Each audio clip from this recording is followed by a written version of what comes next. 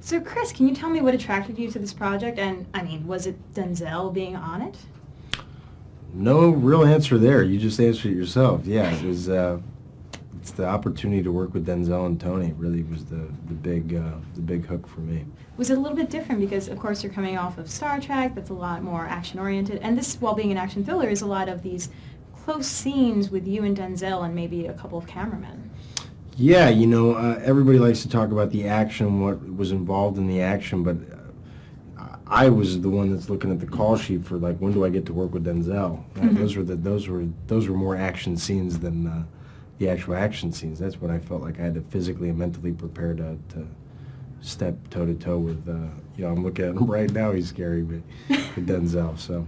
Was it sort of like, I mean, your characters, the whole pretense is that Denzel's character is sort of teaching you the ways of working on the train, and for you as an actor who's up and coming, was it sort of like getting trained by Denzel, this actor who's been in everything and anything? Yeah, absolutely. In many ways, it's not only you're going to work every day to make a paycheck and do your job, but I did feel absolutely like it was like a graduate seminar in acting. So it wasn't that he taught me any specific things and he was like, now, young Chris, let me tell you about how never that, but it was just by virtue of being next to him and around him that I could pick up a lot of clues. Was there anything in particular that is something you're going to integrate into your acting from now on? No. Even if I could tell you, I probably wouldn't tell you because I always find that that's like the sacred part of movie making is those beats and moments before when an actor prepares that, it's like the magician telling you how he pulled like the rabbit out of his hat. And he is such a good magician, Denzel, he's such a good actor, I wouldn't want to betray that. But there's nothing in particular. If I could be as good as Denzel, if there were like a Denzel Washington acting pill, I would take that.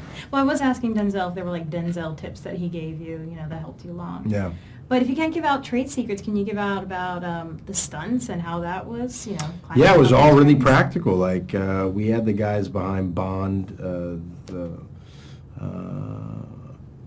doing all of our stunts, so there's an incredible amount of safety involved, but it was very practical. It was, me lying in between two trains going 40 miles an hour and, potato flakes and whatnot being thrown in my face, and it was all really right there.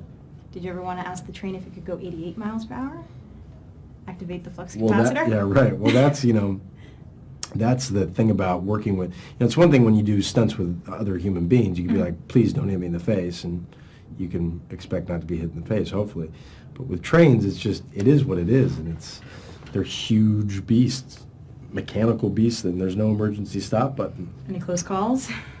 Yeah, on the truck, jumping back into the train to stop the train, I fell off the truck when it was kind of veering, and that scared me half to death. Well, that would scared me too. I mean, we would have lost you, and we need you for certain sequels out there. Yes, ma'am.